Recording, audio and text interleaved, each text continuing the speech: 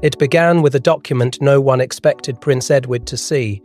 Hidden deep inside Windsor's legal archives was a series of property deeds quietly updated only days earlier. At first glance, the revisions seemed routine. Royal estates often passed through layers of administrative adjustments, but one chilling detail stood out instantly. A name that had appeared on royal property records for years had suddenly vanished, and that name belonged to Queen Camilla. Before we go deeper into what this really means for the royal family, make sure to subscribe so you don't miss a single update. For Prince Edward, the moment began as nothing more than a routine responsibility, one of those quiet duties that rarely capture headlines but quietly shape the machinery of the monarchy behind closed doors. Royal estates are vast, complex networks of ownership and stewardship, passed down through generations with layers of legal protections designed to preserve the crown's legacy. Reviewing the paperwork tied to those estates was hardly unusual.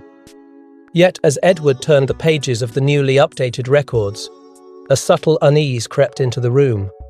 The language had been adjusted. Ownership clauses had been restructured. At first, he assumed it was another technical revision, lawyers refining language, administrators aligning records with the latest policies of the Crown estate. But then he saw the pattern begin to emerge, and the calm rhythm of paperwork gave way to something far more unsettling. The name Camilla had not merely been moved or repositioned within the documents. It had vanished completely. One deed showed the change clearly, the line where her name had once stood, replaced by a more neutral legal phrasing, tied directly to the crown. Edward frowned, assuming it must be an error, perhaps a clerical oversight or a misfiled revision waiting to be corrected. But when he reached the next document, the same alteration appeared again and again. The pattern continued across multiple deeds, tied to Windsor's estate holdings, properties that had long been considered part of the quiet structure surrounding the royal household. Each document carried the same subtle but unmistakable shift. Camilla's legal connection to these estates had been carefully removed. What made the discovery even more disturbing was how recently the changes had been made. These were not dusty amendments buried in archives from decades ago. The revisions were fresh, stamped with recent dates, and sealed with official authorization marks that suggested a deliberate and coordinated decision. Edward felt the weight of the realization slowly pressing against his thoughts. Royal property deeds were not changed lightly. Such documents were tied to centuries of legal precedent and family tradition. Removing a name from them, especially a name as prominent as Camilla's, was not something that happened quietly, without powerful approval. When Edward began asking questions, the tension only deepened. Legal advisors who normally handled these matters with calm efficiency suddenly appeared cautious, even guarded. Their answers came slowly, wrapped in careful phrasing that seemed designed to reveal nothing beyond the bare minimum. They confirmed that the revisions were legitimate. They acknowledged that the documents had been formally updated. But when Edward asked the most important question, who had authorized the changes, the room fell into an uncomfortable silence. The hesitation spoke louder than any explanation. Something significant had happened within Windsor's legal structure, and those closest to the documents seemed reluctant to discuss it openly. For Edward, the silence itself became the most troubling clue. He had spent his life within the royal system, learning how decisions moved through the palace corridors, how authority flowed from the crown through layers of advisors and councils. This situation did not feel like a simple administrative adjustment. The scope of the changes suggested a deliberate shift, something carefully planned, rather than accidentally approved. And if Camilla's name had been removed from these deeds intentionally, then someone had decided to alter her legal connection to the monarchy's most historic properties. The deeper Edward looked, the heavier the implications became. What began as a quiet review of estate paperwork now felt like the opening thread of a much larger story. A story about power, control, and the invisible lines that define who truly holds influence within the monarchy. Edward understood that documents like these were more than legal formalities, they were symbols of standing within the royal structure itself.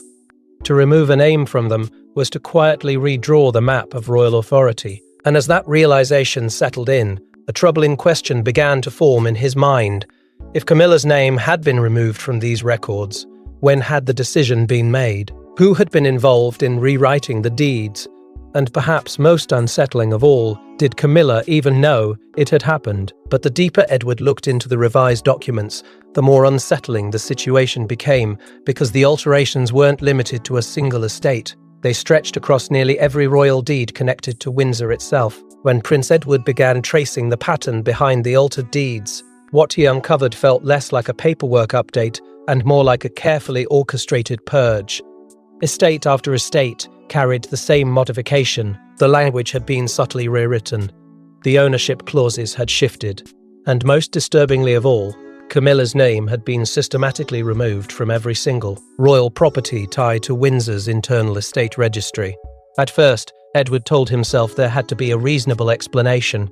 Royal property documents are dense and complex, often rewritten to align with evolving legal frameworks. It was not unusual for estate language to be updated in order to reinforce the Crown's long-term control over land and buildings that have stood for centuries. But the more documents Edward examined, the harder it became to dismiss what he was seeing as routine. Each deed carried the same unmistakable pattern of revision. Entire passages had been restructured, but the changes all moved in one direction, away from Camilla. The realization settled slowly but heavily. This was not a single oversight or a technical correction. This was coordinated. The legal phrasing across the documents was nearly identical, suggesting that the amendments had been prepared together, reviewed together, and approved together. Someone had not merely edited a record. Someone had rewritten the structure of royal ownership itself, and whoever orchestrated it had done so with precision. Edward moved through the archive with growing urgency, pulling additional files tied to Windsor's broader estate network. Each document confirmed the same troubling pattern. Residences connected to royal trusts, properties historically linked to Windsor's internal holdings, even estates whose legal structures had remained unchanged for decades, every one of them carried the same silent alteration. Camilla's name had once appeared alongside the crown in the language of stewardship. Now it was gone entirely, replaced by broader clauses that tied authority directly to the monarchy's institutional structure rather than to any individual royal spouse. When Edward questioned the estate lawyers responsible for maintaining the records, the answers only deepened the mystery. Normally, these advisors handled royal paperwork with quiet confidence, offering detailed explanations of every clause and adjustment. But this time, their responses came carefully, as if every word had been weighed in advance. They confirmed the revisions were legitimate. They confirmed the documents had been officially processed. Yet when Edward pressed for the source of the decision, the explanation narrowed to two unsettling words. Senior authority. The phrase echoed through Edward's thoughts long after the conversation ended. Within the monarchy, senior authority was not a casual label. It signaled approval from the highest levels of royal governance, the invisible framework of power that guided the crown's long-term strategy. If that authority had truly ordered the removal of Camilla's name from the deeds, then the decision had not come from a junior administrator or an overzealous lawyer. It had come from someone whose voice carried immense influence within Windsor's inner circle. As the implications unfolded, Edward could feel the weight of a deeper possibility forming beneath the surface. Changes of this scale did not happen quietly without consequences. Royal property has always been more than land and buildings. It is a symbol of legitimacy, of continuity, of who stands firmly inside the monarchy's future and who stands at its edges. Removing Camilla's name from these documents was not simply about legal language. It was about redefining where she stood within the architecture of royal power. And yet what troubled Edward most was the suddenness of it all. These changes had appeared almost overnight, slipping into the official records without public discussion or visible debate. The monarchy is built on careful tradition, on slow and deliberate decisions shaped by consultation and ceremony. But this felt different, swift, quiet, almost surgical in its execution. Whispers, heck, had already begun to circulate within the palace corridors. Staff who handled the estate spoke in lowered voices about an unusual meeting among senior figures. Some believed the changes had been debated within the royal council itself, approved behind closed doors, where the monarchy's most sensitive decisions are quietly resolved. Others feared the move might signal a deeper struggle within the royal family, one that had not yet surfaced publicly, but was beginning to reshape the structure of authority beneath Windsor's ancient walls. For Edward, The growing uncertainty became impossible to ignore.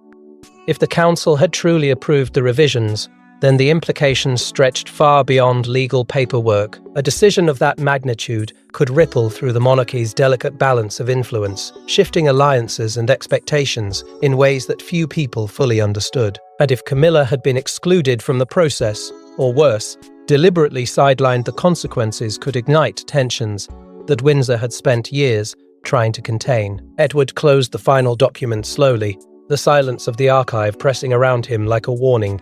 The pattern was undeniable now. The deeds had been rewritten together, authorized together, and executed with deliberate precision. Someone had reshaped the legal foundations of Windsor's estates, and they had done so in a way that quietly erased Camilla's presence from the monarchy's most enduring assets. But the real shock came when Edward discovered when these documents had been signed and who had been present inside Windsor Castle the night the changes were finalized. The signatures on the revised deeds pointed to a night no one in the palace seemed eager to discuss. According to estate records, the final approvals were completed during a late evening meeting inside Windsor Castle. Only a handful of senior figures had been present. But what made the situation explosive was not merely the timing, it was the implication that someone had deliberately rewritten the future of royal property ownership behind closed doors. Prince Edward studied the signatures again and again, as if the ink itself might suddenly reveal the hidden story behind it. The dates were precise, the authorization marks unmistakable. Everything pointed back to a single evening inside Windsor when the revisions had quietly passed through the final stage of approval. It had not been a public meeting or even a widely known council gathering. The documentation described it only as a closed session, attended by a limited group of senior advisors and legal authorities whose responsibilities tied them directly to the Crown's most sensitive decisions. In the world of royal governance, such meetings were rare, and when they happened, they were almost always significant. The deeper Edward looked into the record of that night, the clearer the outline of something unusual began to form. Windsor Castle had hosted countless private discussions over the years, moments when strategy and tradition collided behind ancient doors. But this meeting carried a different weight. The agenda had never been publicly listed. The participants had arrived quietly, avoiding the usual layers of royal scheduling that staff normally handled with clockwork precision. Even among palace employees who were accustomed to discretion, whispers had circulated afterward about the strange atmosphere that surrounded the gathering. Some staff members remembered the unusual quiet that settled over the castle that evening. Others recalled how certain advisors had remained inside far longer than expected, leaving long after most of Windsor's corridors had emptied for the night. No announcements followed the meeting, no official statement explaining what had been discussed. Yet now, weeks later, Edward could see the result etched clearly into the legal language of the royal deeds resting before him. What troubled him most was a simple but deeply unsettling detail. According to the records tied to that night, the meeting had included senior legal figures and trusted royal advisors, but one name was missing entirely from the attendance notes. Camilla had not been present.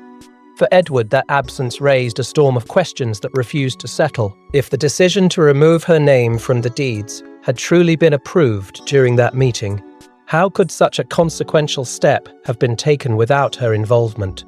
Had the matter been discussed openly among those gathered, or had it been pushed through quietly, shielded from the scrutiny that might have followed if the full royal household had been aware? As the implications unfolded in Edward's mind, a deeper realization began to emerge. These revisions were not simply administrative edits. They represented a structural shift in the monarchy's legal architecture, a deliberate move to reshape how royal property would be governed moving forward. And decisions of that magnitude were never made lightly. They were debated, negotiated, sometimes even contested among those closest to the crown. Yet this one had slipped through the system almost invisibly, leaving behind only the silent evidence of rewritten deeds. Edward could feel the tension building with every new detail he uncovered. The secrecy surrounding the meeting suggested that those involved had understood exactly how controversial the outcome might be. Removing Camilla's name from the deeds was not merely a legal technicality. It touched on something far deeper, her role within the monarchy itself. Royal property has always carried symbolic weight. It represents stability, continuity, and the quiet power structures that support the sea, crown across generations. Altering that framework inevitably sends a message, whether intended or not. The question was who had wanted to send that message and why. Edward's thoughts moved through the possibilities, each more unsettling than the last. Had the decision been driven by long-term planning within the monarchy's inner circle? Had senior advisors quietly concluded that the structure of royal property needed to change to protect future succession? Or had someone with immense authority decided that Camilla's connection to these estates no longer belonged within the monarchy's evolving strategy? As the pieces slowly assembled in Edward's mind, the mystery no longer felt distant or abstract. It had become personal. The rewritten deeds were not just documents. They were the aftermath of a decision made in secrecy, one that now threatened to ripple through the delicate balance of trust within the royal family. And if Camilla truly had been absent from the meeting where her name was removed from Windsor's legal foundation, then the silence surrounding that night might soon become impossible to maintain. And as the implications sank in, Edward reached a conclusion that would send shockwaves through Windsor. There was only one person who could explain why Camilla's name had vanished from the royal records. For Prince Edward, the issue was no longer administrative, it had become personal. The removal of Camilla's name from royal deeds wasn't just a legal change, it signaled a shift in royal alliances and power. And if such a decision had been made quietly within Windsor's walls, someone had to answer for it. Edward made a decision that stunned palace insiders. He would confront Camilla directly. What had begun as quiet curiosity inside Windsor's legal archives had now evolved into something heavier, something far more difficult to ignore. Edward had spent days studying the altered deeds, retracing the timeline of the revisions, and the secretive meeting where the final approvals had taken place. Each discovery tightened the knot in his chest. The monarchy had always functioned through delicate balances of trust, tradition, and carefully managed authority. Yet this situation felt different. The silence surrounding the changes suggested that something significant had been decided without transparency, and Edward could not shake the sense that the decision carried consequences that extended far beyond a set of legal documents. At first, Edward approached the matter cautiously. He spoke quietly with advisors who had long served the crown, men and women who understood the complexities of royal administration. Their responses, however, only deepened his frustration. Some encouraged patience, suggesting the revisions might eventually be explained through internal channels. Others warned him that pressing too hard could stir unnecessary tension within the royal household. One advisor even hinted that certain decisions made within the monarchy were sometimes better left unquestioned, but to Edward, that answer felt impossible to accept. If Camilla's name had truly been erased from Windsor's deeds through a deliberate act of authority, then ignoring it would not preserve stability, it would only bury the truth beneath layers of quiet discomfort. The more Edward reflected on the situation, the clearer his conviction became. The monarchy's strength has always rested on unity, on the belief that even its most complex decisions are grounded in shared purpose. Yet this decision felt like it had been made in the shadows, and that secrecy had begun to ripple through Windsor's corridors. Staff members who normally carried out their duties without hesitation now spoke in careful tones, aware that something unusual was unfolding behind the scenes. Even Hose, who had no direct involvement with the estate records, sensed the tension slowly building within the palace walls. Rumors began to circulate quietly among palace staff. Some believed the deed changes were part of a long-term strategy meant to secure the monarchy's future. Others whispered that the revisions hinted at deeper divisions among senior members of the royal family. The truth remained hidden, but the uncertainty surrounding it had already begun to affect the atmosphere inside Windsor. Edward could feel it every time he walked through the corridors of the castle. The subtle shift in conversations, the careful glances, exchanged between advisors who knew more than they were willing to say. Eventually, Edward reached a point where patience no longer felt like wisdom, it felt like avoidance. If the monarchy had truly made such a sweeping change to the structure of its property ownership, then the silence surrounding the decision could not continue indefinitely. Someone had to address it directly. And for Edward, there was only one person whose perspective mattered more than anyone else's. Requesting a private meeting with Camilla was not a casual decision. The two had navigated years of royal responsibilities together, always maintaining a careful respect for the roles each of them played within the monarchy. But this situation cut deeper than ordinary palace matters. The removal of her name from the deeds was not simply a legal revision. It was a signal, a shift that touched on questions of influence, authority, and belonging within the royal structure. When word quietly spread that Edward had requested a direct conversation with Camilla, the reaction inside Windsor was immediate. Palace staff sensed the gravity of what might follow. Advisors who had urged caution now realized the issue had reached a point where silence could no longer contain it. A private meeting between Edward and Camilla about the altered deeds was not just another discussion, it was the beginning of a confrontation that could reveal the truth behind the mysterious changes. Yet even as Edward prepared for that conversation, a troubling thought lingered in his mind, one that refused to fade, no matter how firmly he tried to focus on the facts. The deeper he examined the timeline of the deed revisions, the more uncertain he became about one critical detail. The secret meeting had taken place without Camilla present. The documents had been finalized without her signature. And the silence surrounding the entire process suggested that the truth might be even more complicated than he had imagined. But as Edward prepared for the conversation, he couldn't shake a troubling thought. What if Camilla herself had only just discovered the changes? When Prince Edward finally confronted Camilla inside Windsor, the reaction he received was nothing like what he expected. There was no anger, no denial. Instead, witnesses later described something far more unsettling, a moment of genuine shock. Because as Edward laid the documents before her, Camilla appeared to realize for the first time that her name had truly been erased from the monarchy's legal foundations. Edward had entered the conversation prepared for resistance. In his mind, the meeting had already taken shape as a difficult but necessary exchange, one where questions would be met with careful answers or guarded explanations. Yet the silence that followed, when Camilla began reading the revised deeds, was something entirely different.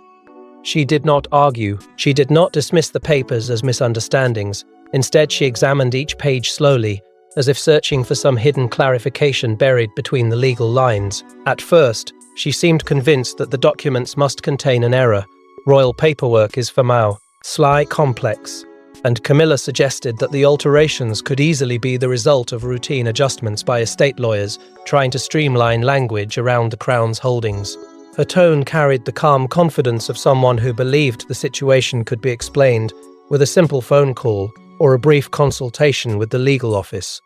But Edward had already walked that path. He had already asked the questions and received only cautious answers that explained nothing.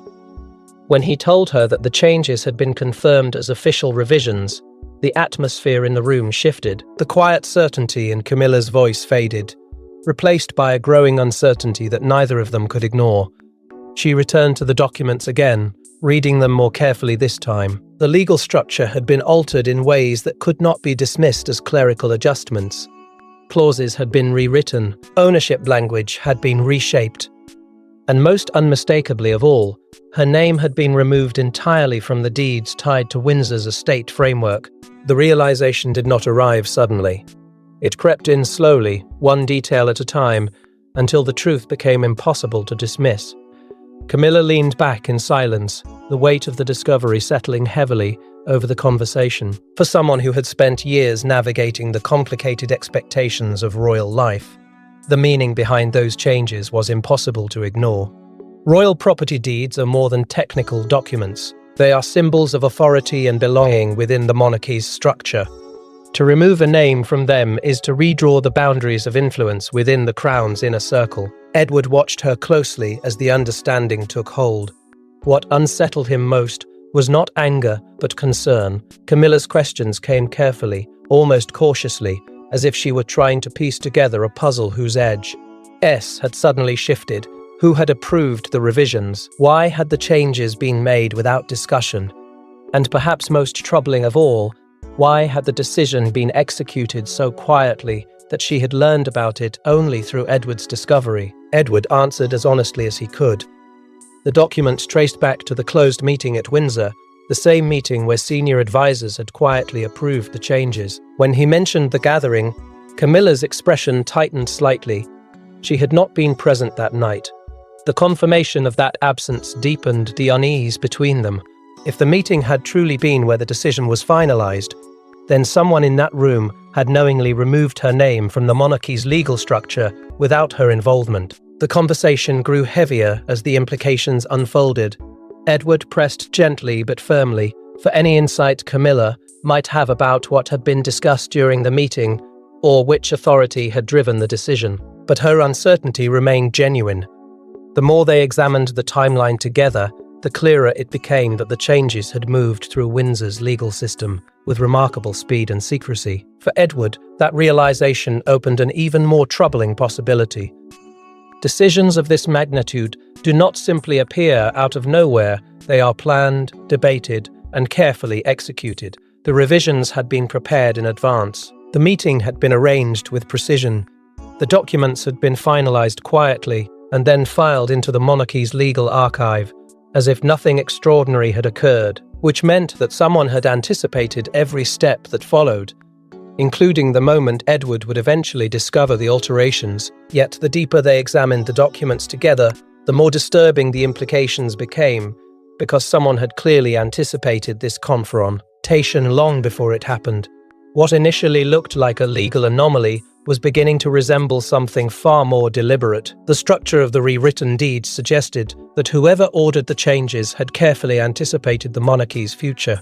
Entire clauses had been rewritten, succession protections had been added, and the removal of Camilla's name suddenly appeared to be only one part of a much larger royal restructuring. Prince Edward sat with the document spread before him again, but this time he was no longer searching for mistakes. That stage had passed. The more he examined the language woven through the revised deeds, the more he understood that these changes had been crafted with extraordinary precision. Every paragraph had been adjusted in a way that shifted control away from individuals and back toward the crown itself. At first glance, the revisions seemed technical, almost invisible to anyone not trained to read the subtle language of royal property law. But once Edward began tracing the pattern behind the wording, a deeper strategy began to emerge. The most striking alterations were hidden inside clauses that governed succession rights tied to royal estates. In older versions of the deeds, certain provisions allowed royal spouses a symbolic connection to properties through their position within the family structure. These clauses were not about ownership in the traditional sense, but about recognition and acknowledgement of their standing within the monarchy's inner circle. Yet, the rewritten documents quietly replaced those passages with broader legal phrasing that bypassed individual spouses entirely. Instead of referencing specific members of the royal household, the new language anchored control directly to the crown and to the future line of succession. It was a subtle but powerful shift. By removing those personal references, the deed effectively redirected influence away from temporary roles within the monarchy and toward the enduring structure of the royal bloodline itself. Camilla's name had disappeared, not because of a clerical oversight, but because the entire framework had been redesigned to make such names unnecessary. As Edward studied the documents more closely, another pattern revealed itself. Certain provisions now emphasized protections for future heirs, particularly those who would eventually inherit the crown itself. The language reinforced the idea that Windsor's estates were not meant to reflect the current balance of relationships within the royal household. Instead, they were being positioned as assets safeguarded for generations yet to come. This was not merely a legal update, it was a recalibration of how royal authority would be preserved long after the present era had passed. That realization carried enormous implications. The monarchy has always balanced tradition with adaptation, adjusting its internal systems to protect stability during times of transition. Yet the scale of these revisions suggested something far more ambitious.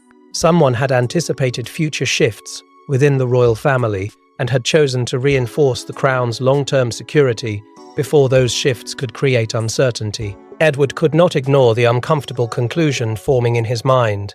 This was not an accident, nor was it the quiet work of cautious lawyers adjusting outdated documents. The strategy behind the revisions had been calculated with remarkable foresight. Every clause seemed designed to remove ambiguity about who ultimately controlled Windsor's estates and how that control would pass through the generations. What troubled him most was the broader impact such changes could have on the monarchy's internal dynamics. Royal property is not merely symbolic. It represents influence, response, ability, and standing within the family itself. By restructuring the deeds in this way, whoever ordered the changes had effectively reshaped the balance of power surrounding the crown's most historic assets. It was a move that strengthened the monarchy's institutional authority, while quietly reducing the personal influence of those connected to the crown through marriage rather than bloodline. Edward could not help but wonder how far the strategy extended. If Windsor's estates had been reorganized with this level of precision, were other parts of the monarchy undergoing similar transformations behind closed doors? Had the architects of this plan already anticipated the tensions it might create within the royal household? And most importantly, who possessed the authority and the confidence to initiate such a sweeping adjustment to the monarchy's legal foundation? Because in the world of royal governance, decisions like this do not happen without powerful backing. Someone had not only imagined this restructuring, but had also ensured it moved through Windsor's legal system with flawless execution. The rewritten deeds were the result of careful planning, quiet approval, and an unmistakable command of royal authority. And when Edward finally traced the authority behind the changes, the answer was powerful enough to silence the entire room. The final signature attached to the revised royal deeds carried enormous weight. It wasn't the name of a lawyer or estate administrator.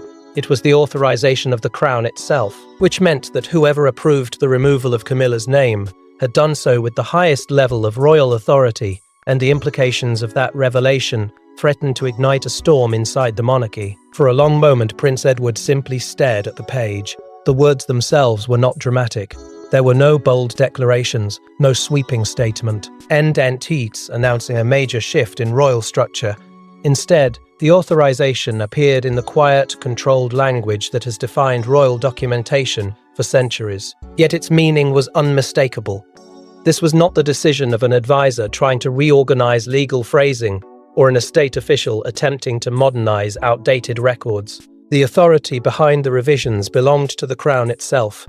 The realization landed heavily between Edward and Camilla. For days they had been trying to understand how the changes had happened, who might have pushed them through, and why the entire process had unfolded so quietly. But the presence of that signature changed everything. It meant the removal of Camilla's name had not been an oversight, nor a temporary administrative correction waiting to be reconsidered. It had been sanctioned at the highest level of royal governance. Edward read the authorization again, searching for some nuance that might soften the implication. None appeared. The Crown had approved the revisions directly, granting legal authority for the restructuring of Windsor's property deeds. The language did not explain the reasoning behind the decision, but its purpose was clear enough. Someone with immense influence had chosen to reshape the monarchy's legal framework in a way that quietly erased Camilla's formal connection to those estates. For Camilla, the weight of that discovery was impossible to ignore. She understood better than most how the monarchy's systems functioned behind closed doors. Decisions carrying the Crown's authority are rarely impulsive. They are deliberate, measured, and almost always connected to long-term strategy. If the Crown had authorized this change, then the removal of her name had been part of a broader calculation about the monarchy's future. That realization did not produce anger so much as quiet concern. Camilla knew the symbolic power embedded in royal property. These estates are not simply land and buildings. They are pieces of history that anchor the monarchy's identity. Being connected to them has always carried an unspoken message about one's place within the royal structure.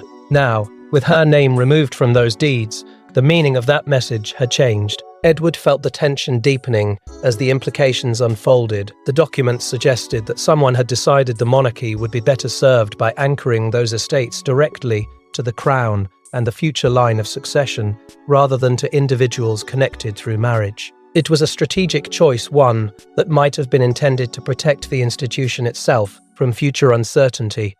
But the secrecy surrounding the decision raised troubling questions. Why had the change been executed so quietly? Why had it moved through the legal system without open discussion among the wider royal household? And why had Camilla learned about the removal only after Edward uncovered the revised deeds buried in Windsor's archives? Within palace walls, silence often carries as much meaning as spoken words. Already, a quiet current of speculation had begun to move through Windsor's inner circles. Advisors who understood the significance of royal property law had started connecting the same pieces Edward had discovered. The authorization of the crown meant the revisions were not temporary measures.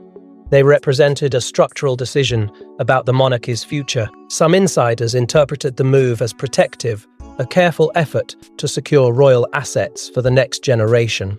Others feared it hinted at deeper tensions within the royal family, tensions that had been managed privately, that might soon become impossible to ignore. When decisions of this magnitude surface unexpectedly, they rarely remain confined to legal archives for long.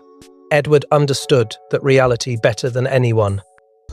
The confrontation with Camilla had begun as a search for answers, but the presence of the Crown's authorization changed the entire scale of the situation. What he had uncovered was not simply a legal adjustment, it was evidence of a deliberate strategy quietly shaping the monarchy's future. And if that strategy had already begun altering the structure of royal property, there was no guarantee that Windsor's deeds were the only place where such changes had been made. Because once the truth behind the deed changes spread beyond Windsor's private rooms, the royal family would be forced to confront a question none of them had expected. What began as a hidden legal adjustment was quickly evolving into a royal crisis.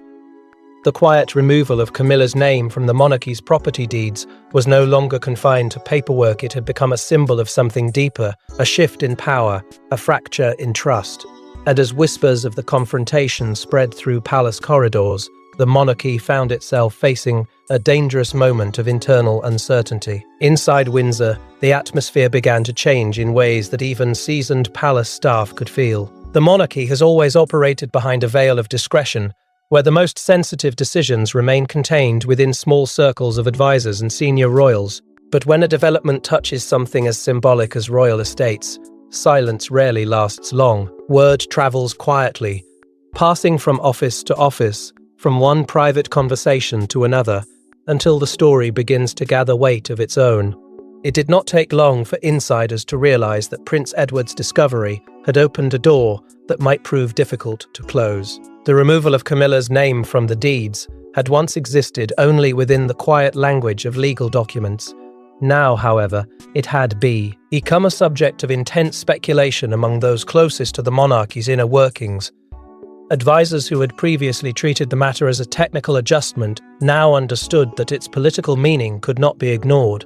Some voices within the palace argued that the changes represented careful foresight rather than hostility. From their perspective, restructuring royal property to favor the crown and its future heirs was a logical step designed to protect the monarchy's stability across generations. They believed the decision had been guided by strategic thinking, not personal rivalry. In an institution built on continuity, reinforcing the legal framework surrounding royal estates could be seen as an effort to shield the crown from future complications.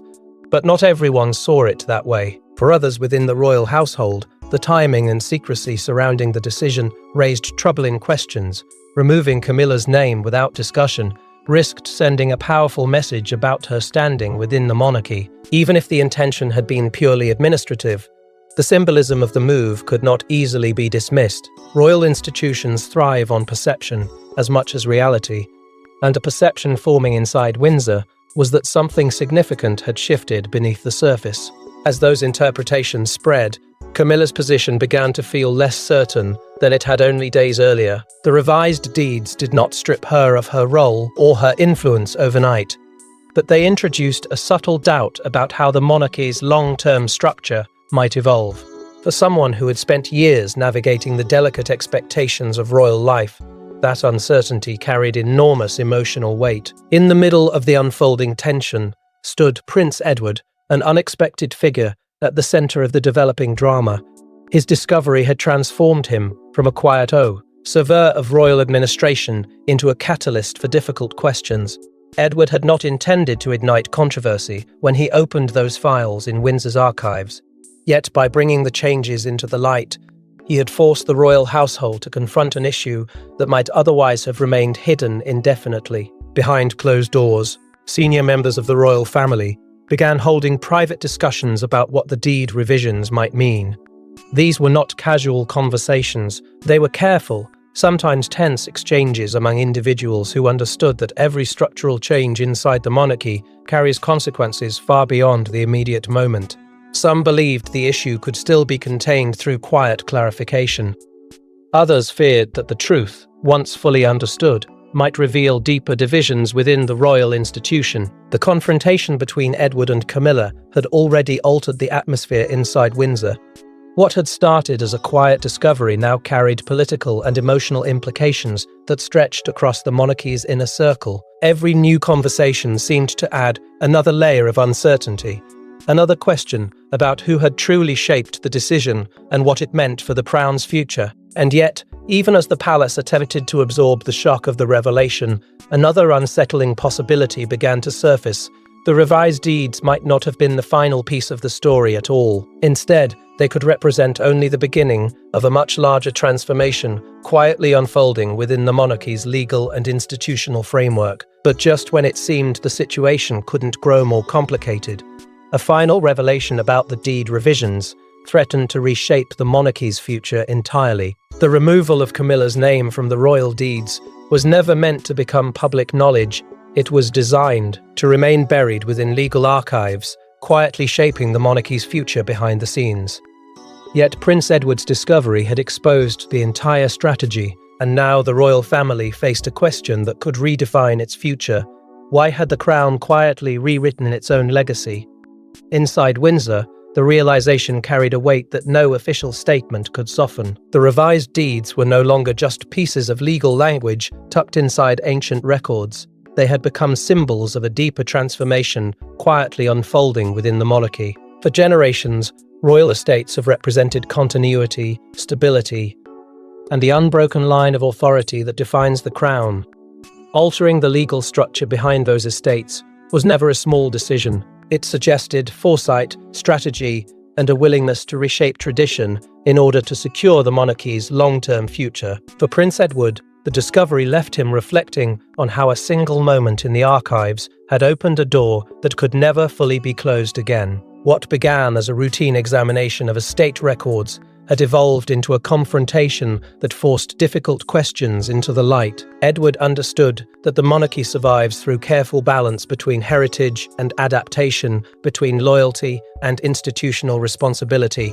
Yet uncovering the rewritten deeds had revealed just how quietly that balance could shift behind closed doors.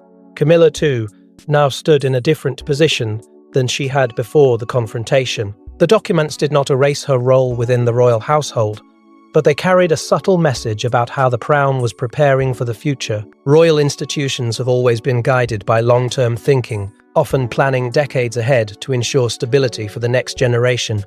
Whether intentional or symbolic, the removal of her name from those deeds suggested that the monarchy's legal foundations were being reinforced in ways that placed the crown and its heirs at the center of everything. The meeting between Edward and Camilla would not be remembered as a public argument or a dramatic scandal. Instead, it would become something quieter but far more significant, a moment when hidden decisions were forced into the open, when the private mechanics of royal governance briefly surfaced for those inside Windsor to confront. Conversations continued behind palace doors, where advisors and senior royals debated what the restructuring truly meant. Some viewed it as a wise and necessary step, a way of protecting royal assets from uncertainty in the decades ahead. Others wondered whether the secrecy surrounding the decision hinted at deeper tensions within the monarchy's inner circle.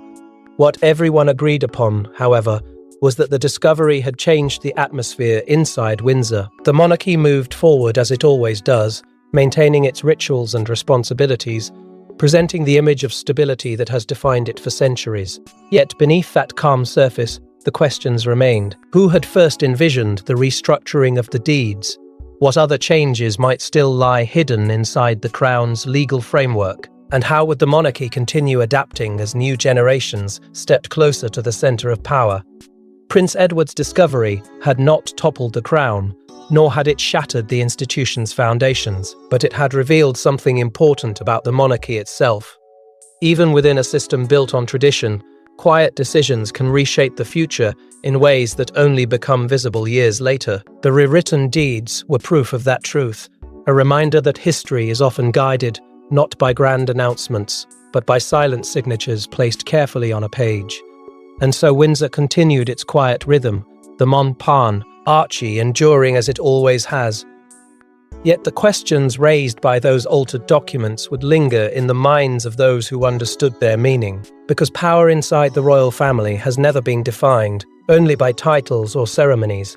It is also written into the laws, the estates, and the careful strategies that determine how the crown will survive the centuries ahead, because within the ancient walls of Windsor Castle, one truth had become impossible to ignore: the crown may endure for centuries, but the battles for its future are never truly over.